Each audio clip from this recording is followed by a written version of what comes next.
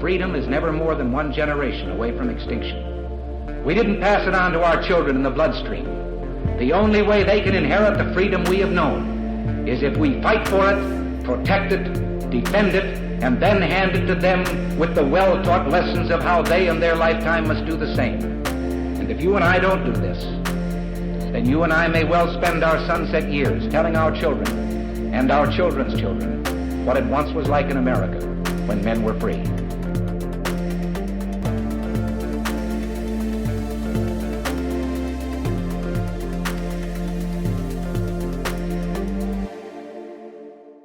Hey, everybody. Welcome to episode number 472 of Gun Freedom Radio, where we engage, we educate, and we inform. We are brought to you by azfirearmsauctions.com, where you set the price on guns, ammo, and accessories. I am one of your hosts, Cheryl Todd. And I'm the other guy, Dan Todd. Our theme today is culture versus Constitution. You know, the Constitution, Phil Murphy, that thing that you said that was above your pay grade. Well, we're going to talk about that today. And our guest is Shane Krauser.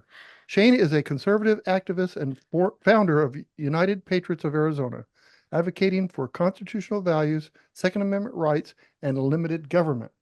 Well, welcome to the show, Shane. We're so excited to have you. Cheryl and Dan, thanks so much for having me. It's a pleasure to be with you. Absolutely. Well, Dan got a quick stab in, the governor of New Jersey, who likes to say the Constitution is above his pay grade. But you focus almost everything you do on teaching the Constitution and reminding people about the separation of the powers. And you even have an organization called United Patriots of Arizona, where that is really like the core of what you do. Can you tell us about that group, that event? What is United Patriots of Arizona exactly? Now, this has been an amazing, amazing journey. You know, back in the day when I was practicing law, I was also teaching at the collegiate level. And if you remember the Tea Party movement, the Tea Party movement came to light in 2009. And I was asked to speak at a lot of those different events throughout those 3 to 4, maybe 5 years up to around 2014, 2015. So spent years doing that and very much enjoyed the camaraderie. I enjoyed the vision. And then that movement sort of died out. And then 4 years ago, a couple of friends in my neighborhood, Joe Job and Jeff Crane, we came together and we started meeting on a weekly basis inside of the Job's home. And we went from 4 people to over 100 people inside of 4 weeks. And we said, we can't do this inside of a home anymore. And so we started looking for other locations where we could meet. And so now, for the last several years, we've been meeting at a school in Mesa. And the focus is entirely on education. It's analyzing the issues of the day through the lens of freedom, through the lens of the rule of law, through the lens of what is the proper role of government. Should government even be involved to begin with?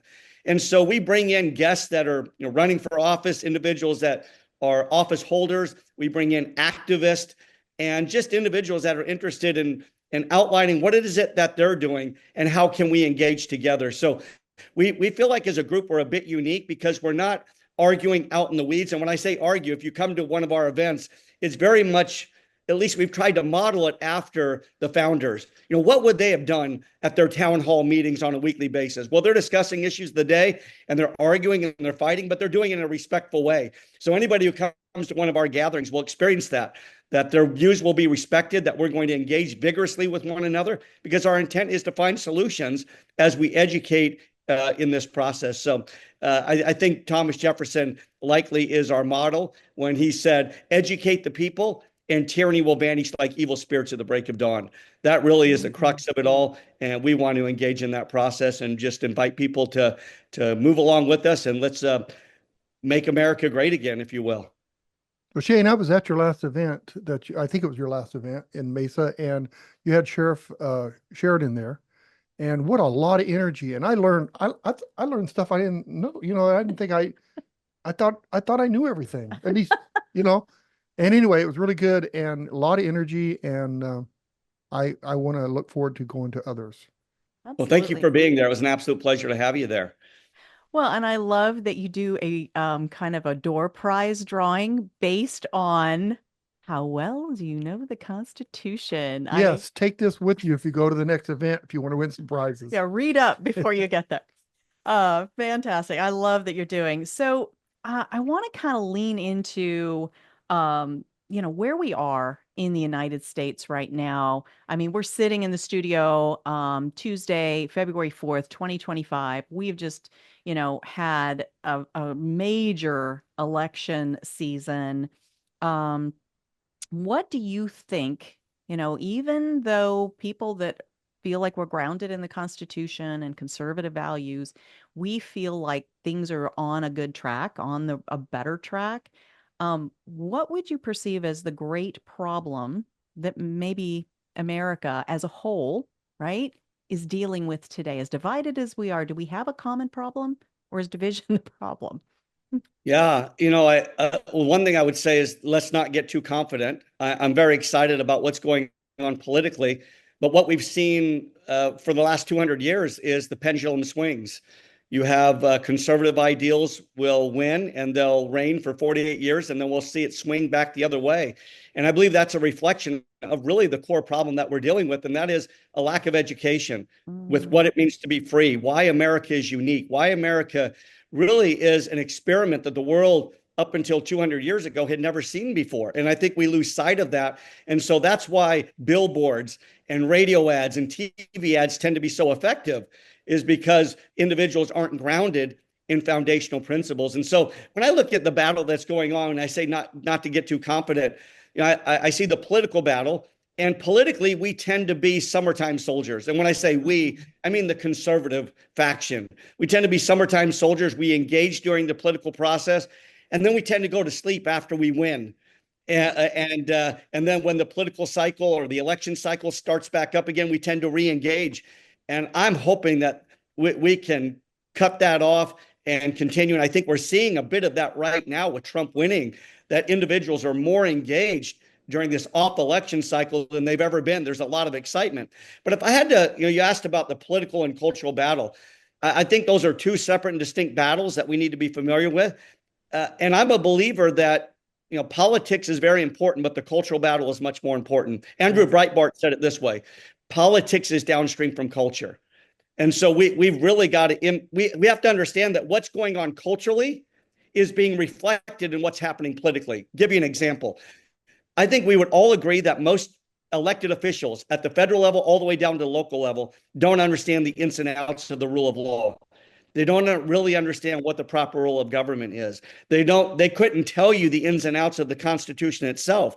Well, how can that be? Well, because you have a culture that doesn't understand the ins and outs of the Constitution and couldn't really articulate what it means to be free. And so my big focus and my hope is that we start to really embrace this concept of we've got to educate the masses. We've got to help them understand what was the perception of the founders and what does it really mean to be free. And I think the best way to go about doing that is helping people understand what was unique about America during the first 200 years of this experiment versus other times throughout the period of the world. Think about this for a quick moment.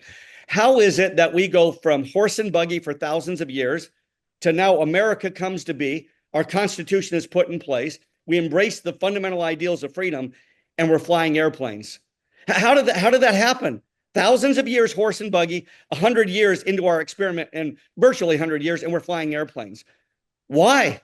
Well, because you allowed the people to keep what they earn. You allowed for real innovation. You allowed for government to get out of the way. And I think when we help people understand that this is why these ideals that brought about these results is what makes America unique. Those ideals are worth defending, and they're worth resurrecting and reinstilling back into the culture. Man, I feel like we could put that on a loop and replay it over and over. Is, and we're adherents to Dave Ramsey, and the way he thinks about things. He's the get out of debt, stay out of debt guy, but he also, understands business. And, he says if the small businesses like Dan and I have, we're the backbone of this nation. And if the government would just get out of our way, we would skyrocket with what we can do. Exactly and that's right. exactly embodied in what you just said. If if we were learning how to fly for the first time today, right? We were building airplanes for the first time today. How many regulations? How many, roadblocks? How many taxes and fees and, on and on and on would come into play that would stifle that and create a culture? I mean, look at Elon Musk. He has truly done the impossible. As he's the guy that's building the rockets that's going to take us to Mars. I don't know how he's done it with all of the red tape and regulations, but what an anomaly when he should almost be the standard, right? That's exactly right. You look at people like Adam Smith. He talked about economically the invisible hand. When you get government out of the way, prosperity is inevitable. And I think deep down, to a certain degree, most people want real prosperity. A lot of people want free stuff. And I think that's why, to a certain degree, our government is winning today, right? The ever-growing, expanding government. We want free stuff. And we're looking for the next politician that will reach in and raid the treasury on their behalf. But when we see that government getting out of the way allows for real prosperity and sets the next generation up for prosperity to follow, and even more prosperity, that's exciting to think about. And that's, I'm a first generation American, and that's why my mother came here in the 1940s, was for that opportunity of real prosperity. And I love how you said that. Get government out of the way, stay in your lane, and let the people do what they have a right to do, which is, dictate how they live their lives. Absolutely. Who can spend my money more intelligently Well, than Shane, I can, right. honestly? The government thinks they can. Yeah, and Sorry, Shane, Dave. I look at it this way. I mean, we got big problems. One is the kids in school aren't being taught the Constitution and the right way to live. And then we have the people in the government. I would say probably 30-40% of the people in government have no idea what the Constitution is in real life. I mean, they don't know it. They take an oath to something. Do they not understand what they're taking an oath to? Dan, I really appreciate what you say on that most don't understand. I would actually increase that percentage to probably upwards of 90%. And I just base this really on an anecdotal experience. I was brought out to DC years ago to work with all the incoming elected congressmen. And when I sat down and talked to them about checks and balances and the role of Congress and how to check the president, how to check a Supreme Court or the federal courts in general, most of them looked at me like I had three heads. They had no concept what I was talking about. And I think this is a reflection of what was the barometer utilized to determine whether or not they would be any given district's elected official. Well, it certainly wasn't their knowledge of the Constitution. We tend to say, well, that guy's super nice. Man, he's looking good, smelling good. He's shaking hands. He's kissing babies. I really like that guy. And what I'm suggesting is we've got to move beyond that. There are a lot of nice people out there that run for office, but just because you're nice doesn't mean you're qualified. And so we're sending people that apparently connect well with their constituency, but know nothing about what it means to govern. And that's a problem. So how do we have a government that I would say that the Constitution is the golden rule of the government. I mean, to follow the Constitution. How can that happen if we don't have leaders that follow it? Exactly. Yeah. And so how do we fix that? The only way I know is to educate the kids so That's that exactly when they right. vote, they're going to, that it's not because, he's a nice guy, So That's exactly right, Dan. It's a cultural revolution. I do want to ask a question that just occurred to me. And so if you're not comfortable answering it or you're not up on the scope of things, that's fine. I just wanted to get if you have any take at all on the confirmation hearings. Tulsi Gabbard and the other one, shoot, his name just left me. I'm not even ready for it. For the FBI. The thing that concerns me is the search and seizure with or without a warrant. And I feel like Tulsi has kind of shifted around it. She's like, well, I'll be okay with it if they make the proper changes to the 702. And then the other guy, gosh darn it, why is his name not coming to me? He seemed to think it was fine. Are you talking about Kash Patel? Thank you, Kash Patel. Oh, yeah. Gosh darn it. Thank you. What are your thoughts on that? Doesn't that seem like a core value that we should all You're not talking want our about Fourth Amendment trampled, that we should have due process, we should have warrants? that are grounded in something before somebody can search in our phones and search in our social media and search in our emails. And what do we do about that? Because if everything else is like, oh yeah, they seem like they're going to be great at their job, and then here's this piece, it feels like that we should hear the tires on the pavement screech. Yeah, this is a great question. When you talk about the Fourth Amendment, that happens to be one of my favorite amendments because it revolves around my favorite principle, which is leave me alone.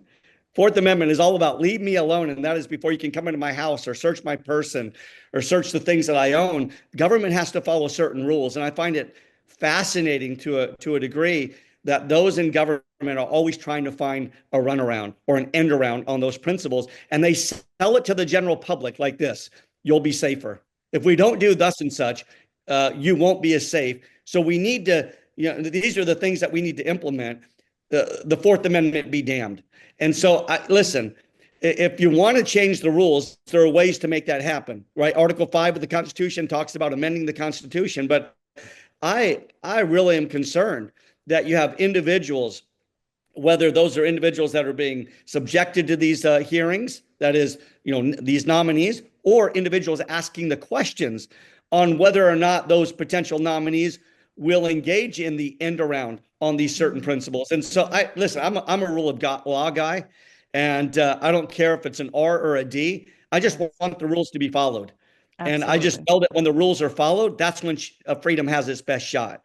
And so I just, it's always the same narrative: safety, safety, safety. You'll be more safe. Well, if we want to be safe, we could all spend our time in a 4x6 cell and we'll be relatively safe and we'll be provided food. But that's not the issue. I think Thomas Jefferson said it best: you and I get to choose dangerous freedom or peaceful tyranny. Dangerous freedom or peaceful tyranny. I choose dangerous freedom, right? Yeah. There's going to be people out there that we'd like to have a camera on them 24/7 to make sure that we catch them when they do something bad. But what is compromised in that process is the freedom of the law-abiding citizens. And so there's a bit of a compromise here, and we just need to be sure we're electing individuals that understand the rules and that will follow those rules. Yeah, our government justifies everything. They say, okay, well, they didn't have machine guns back when the Second Amendment was there. And then they say, well, if you say fire, fire, fire in a movie theater, it would cause chaos. And for your safety, we need to be able to do these things. And it's ridiculous because it's justifying to go around this. And we did fine not going around it. Look how many rights we've lost in the last 50 years, 60 years, especially in the gun part of it. Well, that's my next question, actually, is, Shane, what do you think one of the greatest misunderstandings our current culture has about guns in our society? I think there's a couple of misunderstandings. I look at what is the foundational purpose of the Second Amendment. It tells us that the right of the people to keep and bear arms shall not be infringed. Why was that put in place? Well, we know for certain that it was not put in place to give government more power. The issue, right? That was not the case. And yet we hear that oftentimes that, there's this militia and the militia is tied with the government. That is absolutely 100% not true. The reason behind the whole Bill of Rights was to maximize the freedom of the individual and restrain the government in that process. And so I think when I look at the Second Amendment, what is the essence of that? Well, I think it's twofold. Number one, no man or woman should be a victim, and no man or woman should be a subject. And an individual can use force, if necessary, to ensure that they're not a victim or a subject. I think the other misunderstanding of the Second Amendment is disarming doesn't mean safer. We continue to look throughout the world and say, well, Australia to a certain degree disarmed their citizenry, and England to a certain degree disarmed their citizenry. Look how safe they are. That's simply not true. You think about a gazelle. Let's just use some common sense here. If we were to go into Serengeti and take all of the gazelles, these are animals that are being preyed upon. Well, let's just remove all of the horns from the gazelles and the cheetahs will go away. The predators will stop doing what Does that make any sense? Yeah, you don't take away the last line of defense from an animal or an individual and think that the predator will go away. Disarming good people doesn't make bad people go away. And I think this is an issue of common sense. And what one faction in America wants us to believe is that if you disarm everybody, we'll be safer. No, more guns actually equals less crime. But that statistically, we know this by looking at places like Chicago and St. Louis and Detroit. These places have crime rates that go through the roof. Or you can look at countries where they have disarmed their citizenry and look at the murder rates. Look at what government has ultimately done to the people. So these Wait are a just minute, Shane. Wait a minute. Wait a minute. I'm sorry, but you said Chicago. I mean, Chicago's had bad gun problems because of the other states that are free. Yeah, that's what they say. Come on, man. That's what you they know say. that. It's because these guns are coming in from a place where there is not a problem. I didn't mean to interrupt, but I've been to Chicago and it's a beautiful place and there's no problems there. It's funny too. The people that are wanting to take our guns away are the ones that are for bigger government. Isn't that a coincidence? That's exactly right. Yeah, selling us the line that if only the government has guns, everyone will be safer. Right. No, again, it goes back to that fundamental principle: leave me alone, and let me live my life as I see fit, and I'm responsible for my own protection. Of course, we do have government, and I think there's a legitimate place for government to intervene under certain circumstances. But by and large, I'm responsible for my own defense, and disarming me or disarming the citizenry actually makes for a more dangerous society. And we've just got to sell people on that particular notion and allow people to see the big picture of what's really going on when you disarm a society versus allow free access to firearms. They can't see the big picture because they're seeing the big picture on the news every day that's saying how bad conservatives are. And, how bad guns are. Yeah. Don, this is a great point. Dan, this is a great point. I think, and you all are very familiar with this. We talk about with long guns, we have 600 plus murders that happen a year. And then you look at handguns and it's a few thousand. But what we don't talk about is the defensive gun uses, where 2.5 to 3 million people's lives are saved because of a firearm, whether it was simply brandishing the weapon to a bad guy, pointing the weapon at a bad guy, or shooting the bad guy. We don't hear about those. So we do have bad guys that do bad things, but man, we have a lot more good people that do good things with those weapons against those bad individuals. And why isn't that news? Right. Why? Because the news people are wanting to get rid of your guns too. They're following the politicians that have, I guess, the money. It's all about money. That's right. Yeah. And it's, as we go back to, the culture and the Constitution right now, they are not aligned. And I think, to Shane's point, the thing that's going to realign it is education. And if you just even go back in our own history, where did all of this kick off? Where was the shot heard round the world? And what was the reason for the shot heard round the world that started the Revolutionary War? It was because England came to take what? Not our food, right? They came to take our ammo and they came to take our guns. And we said, that's the bridge too far. And we're done with the tyranny. And that was where we all started, right in that point.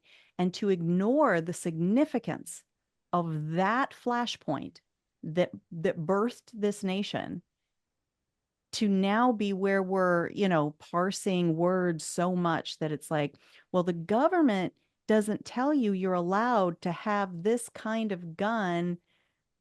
No, that's not what the Second Amendment said at all. The Second Amendment didn't give us a laundry list of what we were allowed to have. It was that firewall that says the government stays on that side of my personal life and my personal freedoms. Am I on the right track here? Carol, I love the bigger point that you're making, and that is, what was going on at the time of the founding, and what did they stand for? And I think that, you go into the public schools, and I've spent time in hundreds of public schools speaking to the students there. And when you oftentimes will talk to these students, some of their initial reactions are things like, well, the founders were, they're old dead white men who owned slaves. And so their words really are not worthy of paying attention to. And I think it's really important, and oftentimes we'll make this point with these young people, to really understand what happened in 1776 or 1787 when the Constitution was adopted. let's just take that date, 1787, when the Constitution was adopted. You cannot analyze 1787 through the lens of 2025 to really understand what was going on and how significant it was. If you really want to understand 1787, you have to analyze it through 1786 and 1686 and 1586, because up until that time, you had never had a government that was established where the people were able to vote in terms of what kind of government they wanted to establish. That was number one. Prior to that, though, how were individuals governed? For thousands of years, tyrants, kings, czars, thugs. Those were the kind of individuals that were ruling. It was might makes right. And suddenly we have this experiment come into play, this American experiment that's unlike anything the world's ever seen before. And I think our young students are not being taught those things. To your point, Dan, our young people are not being taught these ideas. And so they're buying into this nonsense that, well, they were old dead white men without even analyzing the ideas. Like, listen, I'm not looking for a perfect man or woman to get things going in order for me to buy into their ideas. I want to see what are their ideas and what are the results of those ideas. And that's the one thing we're failing to look at in our culture today is what are the fruits of those ideas that were put in place in the Declaration of Independence and our Constitution. It blows my mind when you said old white slave owners, when I think for the first 150, 200 years, this is the best country ever in the history of the world. And it doesn't matter. You know, it doesn't matter. They set the rules. Those are good rules. It's proven. It's working. The Constitution's been working fine until we get these politicians that want to change things. Leave it alone. Well, you're not saying, I hope you're not saying it doesn't matter that people were enslaved on our soil. I'm not saying I think that. you're but saying you can't discount Right. the brilliance of how they did come together and form this nation because of this stain. Our The country's stain not is better there. because we had slaves. No. Okay. Our country's better because these old white men knew what was going to happen Right. and prevented it. Right. I'm not saying one thing that often this is I love this discussion because this is something that I'll bring up when I'm on the college campuses or in high school campuses. I say, when I hear someone say, well, it was just this country was established by old dead white men who owned slaves, I'll say, well, hold on. Number one, that's not true, right? Not all of these founders that signed the Constitution and the Declaration owned slaves. So number one, that's not entirely true. Right. But number two, I want you to imagine, I bring into the classroom Hitler, Stalin, and Mao. And they stand up in front of you and they tell you killing is wrong, right? These guys are ones that spend a lifetime killing other people for political purposes. Would you disbelieve them? No, you wouldn't disbelieve them. You might contest their credibility, but you wouldn't disbelieve them. You would say, yeah, they're hypocritical, but they're yet speaking the truth. Yes. And the same thing goes with the founders. The Thank you. founders, they were not perfect men and women. But what we should be analyzing is what they said. This is an important statement here. The veracity of a statement doesn't depend on the virtue of the person making it. Let's analyze the ideas and have a contest of those ideas. I love that's that. what I was trying to say. Yeah, you perfect. Yeah. Yeah, you did that beautifully. And then going back to the gazelle and the horns. I love that analogy, and I'm going to probably steal that from time to time. But if you look at England, they at one point did have a war where their people were up in arms about being disarmed. It was back in the 1600s. But they didn't learn their own lesson from history because then, look where they came after our arms. And now, where are they? There's a new documentary coming out where an actor named Idris Elba, if I'm saying his name correctly, there was a little clip of it that came out the other day that is just absolutely cringeworthy and sort of hilarious because you can tell that he's even uncomfortable with what he's saying. But it's about, you know what?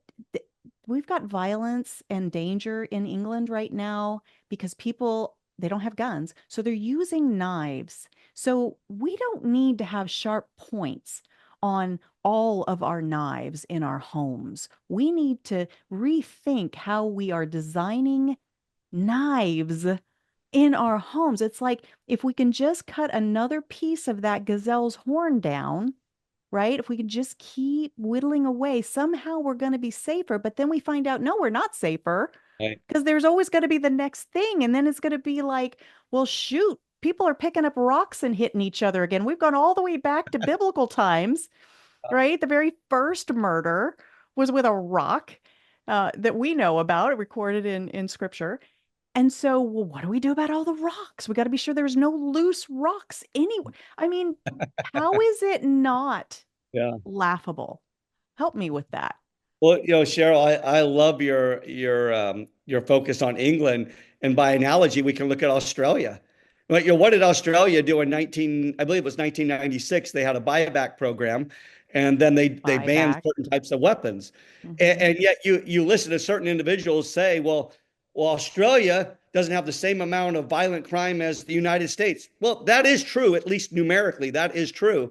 But if you want to really understand the impact of a buyback program or banning weapons, you have to analyze what was going on prior to the ban and then look at what went on after the ban. The reality is this: even before the ban, Australia didn't have high murder rates or high violent crime rates. But here's what we do know. After the buyback program and after the ban of certain weapons, their murder rates, their violent crime rates, their aggravated assault rates, their rape rates increased. Yes, What does they that did. tell you? You make it easier for the bad guy and expect that these sorts of things will happen. Yeah, absolutely. Beautifully said. Well, we can stand here and labor that point to Why death. don't we? Why don't we?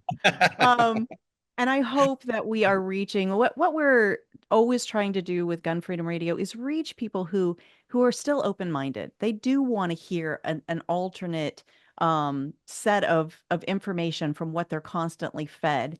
And so we're hoping that these ideas will spark someone. And what I always like to say is if you're out there listening and you're disagreeing with anything we say, that's amazing because now you're mentally engaged. So go and do your own research, right? Not just read the top 5 headlines on your Google search, but really research and try to prove us wrong. I'd love that. That would be amazing, right? And then reach out to us on Facebook and tell us how we're so wrong once you've really researched it. So, thank you for all of that. And just before we start our little wrap up here, I do want to touch on an event that you're going to be a speaker at in Phoenix in March of 2025.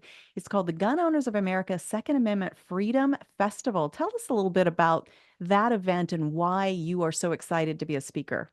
And I really am excited about that event. It's bringing people from all over Arizona, even the Southwest, that are going to come join us at Wesley Bowlin Plaza right near the Capitol in downtown Phoenix. And, the idea is to bring gun enthusiasts together, but also people that just want to be educated. I think this is going to be the exciting thing for me, is having individuals there that maybe want to learn more about that culture. They want to learn more about the people. And what they'll find is these are good people. These are people that love America and that they do want to unify. And so I'm excited to just hear from the different phenomenal speakers that are going to be there, talking about their different perspectives on the Second Amendment, talking about this aura of professionalism. Like, I'm really excited about this, that it's not just a bunch of people that are gun-toting people that are looking for someone to shoot. That's not what this is about. This is about just good people that understand the Second Amendment, that Yes. want to be able to protect themselves and their family and their loved ones. So it's good. The event goes from 10 a.m. to 4 p.m. on March 1st, that Saturday. And there's going to be booths and food and just great people. And it's going to be a great time with thousands of people mingling together and unifying. And here's what you particularly, I think, are going to love, Shane, is there is a kid zone. There is a place for young people to be included and start. This could be their first experience with, safe, responsible, logical, good people, and the idea of firearms ownership being paired together. Yeah, and you look at gun ownership. I mean, that's an American as apple pie, and that's not going away. And I think those people that come out to this gathering are going to see why. It really is a fun, family-friendly environment. I'm so excited to bring my own kids there and to mingle and make friends. And oftentimes I find that at gatherings like this, you establish relationships that last for years to come. And that's what I'm excited about. We're just unifying on a cause. We're not dividing on differences, but we're uncompromising in terms of the foundational principles that make America unique. And I think all those that come to this will experience that. I'm so excited for the event. Me too. All right. Last question as we are winding down. How the heck do we inspire the masses to once again buy into the American experiment all over again? Is that even possible? Thank you for that question. Walter Williams, a famed economist, he studied a study under Milton Friedman. He said, we've got to sell people on the idea of freedom again, with its main ingredient being limited government. Mm-hmm. And so, I just think we got to start asking the right questions instead of arguing with one another out in the weeds. We've got to come together on foundational principles. And when I taught at the collegiate level, I would always start with the same questions with my students. And I would ask 3 questions. Number 1, do you want to be left alone? Number 2, do you believe government should follow the rules? Number 3, do you believe you should be able to keep what you earn? See, those are the types of questions that supersede politics and allow conservatives to come together and even liberals. I'll just give you one quick example. I am not someone who voted for Joe Biden, but I have a lot of friends that did. Now they're slowly coming on board, and I could give you many examples if we had time, but I'll just give you one example. I was in a grocery store here in Gilbert, Arizona, and I saw a gentleman wearing a Joe Biden hat. And I just strike up conversations with folks, and we were back in the meat section just talking. How long you been here in Gilbert? Oh, really? What brought you here? What did you do before you got here? What are you doing now that you're retired? And I said, well, what about your Joe Biden hat? He's like, yeah, I'm a supporter of Joe Biden. He says, I know I'm kind of a square peg in a round hole in Gilbert. And I said, I just want to be left alone. And he said, me too. Ooh. And I said, I just want a government that follows the rules. And he says, yeah, me too. I said, you know what? It's time for Americans to come together on those principles. And he says, so how do I find out more? I said, well, there's gatherings that go on all over the Phoenix metro area with people that just want to be left alone. So I think, to your question, we've got to message differently. Yes. If we start to message differently, and we're going to see people unite on those foundational principles and really start to ensure that these ideals remain in place election after election after election. I mean, I can tell you how to win for the next 100 years, election after election. It has to be around education and around the right questions and the right ideas. Wow. Beautifully said. Beautifully said. All right. Tell folks how they can follow all the work that you're doing, including, we forgot to mention that you're an author. You have penned a couple of books that are amazing as primers for everything we've talked about today. Yeah, well, thank you for the opportunity. So I have written 3 books. I wrote Your Nation is Saved, which is a line-by-line explanation of the Constitution. I wrote a second book called What is Freedom? Is it for you? The subtitle is 25 Ideas That Will Change the Way You See America, which is all about freedom advocacy. And then the third book that I just joined with Alan Corwin on as a co-author is The Gun Owner's Guide, the Arizona Gun Owner's Guide. And that has been an incredibly fun project where we update people on the laws and shoot, no shoot scenarios and legal and illegal weapons and carrying concealed versus unconcealed. So the best way to reach me and follow is I'm on Facebook as Shane Krauser. I'm on Instagram. I'm on LinkedIn. I'm on Twitter. And then I've got a couple of different websites, shanekrauser.com. That's shanekrauser.com. And then you can also find some of those books on azgunguide.com. So it's azgunguide.com. And then finally, I also run a homeschool debate academy where I teach young people from the age of 12 to 18 the principles of debate, communication, persuasion, and the principles of the Constitution and freedom. And that is at veritasdebateacademy.com. So I know I gave you a lot, but I'm out there and I'm all about creating relationships and unifying and working with various organizations. I absolutely love it. Thank you so much for giving us so much of your time. We so appreciate you. God bless. And I look forward to seeing you at the rally on March 2nd, 2025 at the Arizona State Capitol, Wesley Bolin Plaza. And we got to have you back on again if you'll come. I absolutely will. Cheryl and Dan, thank you so much for having me. It was an absolute pleasure. Shane, please keep up the good work. You're amazing. Thank you. Thanks so much. Thank you. Bye-bye. Well, he had mentioned so fun. Teaching kids how to debate and stuff. Mm-hmm. And I remember my sixth grade class, I had a speech class, and I told my teacher, I said, I will never speak in public. I will never need to do this class. What are we doing sitting here right now? And that's why I do it the way I do it. Terrible. Because I didn't want to learn back then. Wow. But I do look back and say, we weren't taught much about the Constitution in school, Mm-mm. even in my age. Mm-mm. I'm 60 something, and we just weren't taught that. It's gone away, and Mhm. we got to get it back. We sure do. And with people like Shane Krauser, I know we will. All right. Real quick, I want to be sure that we are thanking the organizations out there that support the same things we do and support the work that we do. Attorneys on Retainer, we are clients of theirs. We are a member of their Attorneys on Retainer program.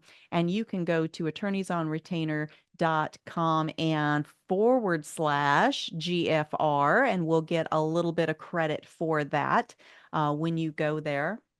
That is, you don't ever want to have to use your firearm in any kind or any tool, right? Non-pointy knives or rocks or whatever, in any kind of self-defense situation. But if you do, there will come the legal aspect, and you want to have an attorney on retainer. So be sure, attorneys on retainer, it's /GFR for Gun Freedom Radio. Gives us a little bit of credit, lets them know that we are supporting them.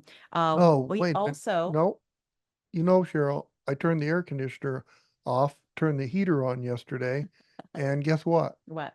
Summer's coming. It's going to I be here think you did it the tomorrow. opposite way. You turned the heater off No, and the air conditioner I had on. the air conditioner on, then one day summer, Yeah. or one day heater, Yeah. and now it's going to be summer again. Okay, got It's you. Yes. Arizona, remember? And what do we need in Arizona because our hands get sweaty? LockedInGrip.com. This is an amazing liquid shooting sports chalk created by some good friends of ours. No slip, better traction, heightened connection for safer, faster shooting. LockedInGrip.com. You don't have to / that one. You just buy a bunch of it for you and all of your best friends that you like to go out on the range with. And finally, we have this amazing member-based organization that we do all of our shopping with. And it has to be an invitation. So we are inviting you today to join patriothousehold.com /GFR for Gun Freedom Radio. We get some small piece of every dollar you spend. And when you're spending your money buying your shampoo, your snacks, they have ground beef, they have steaks, they have amazing products, all the stuff that you go to the big box stores. Start going to patriothousehold.com /GFR, because that supports American jobs on American soil, making American made products. And, we get a piece of that. Second Amendment Foundation gets a small piece of that to fuel the work. And it's the most convenient thing ever because I set my order each month and forget it. But you can also go in and place your order as you need it. It is delivered right to your front door.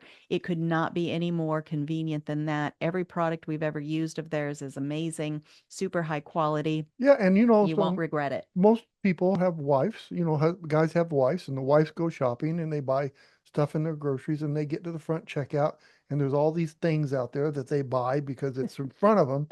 Well, that will stop that. Okay, guys? No more impulse buying.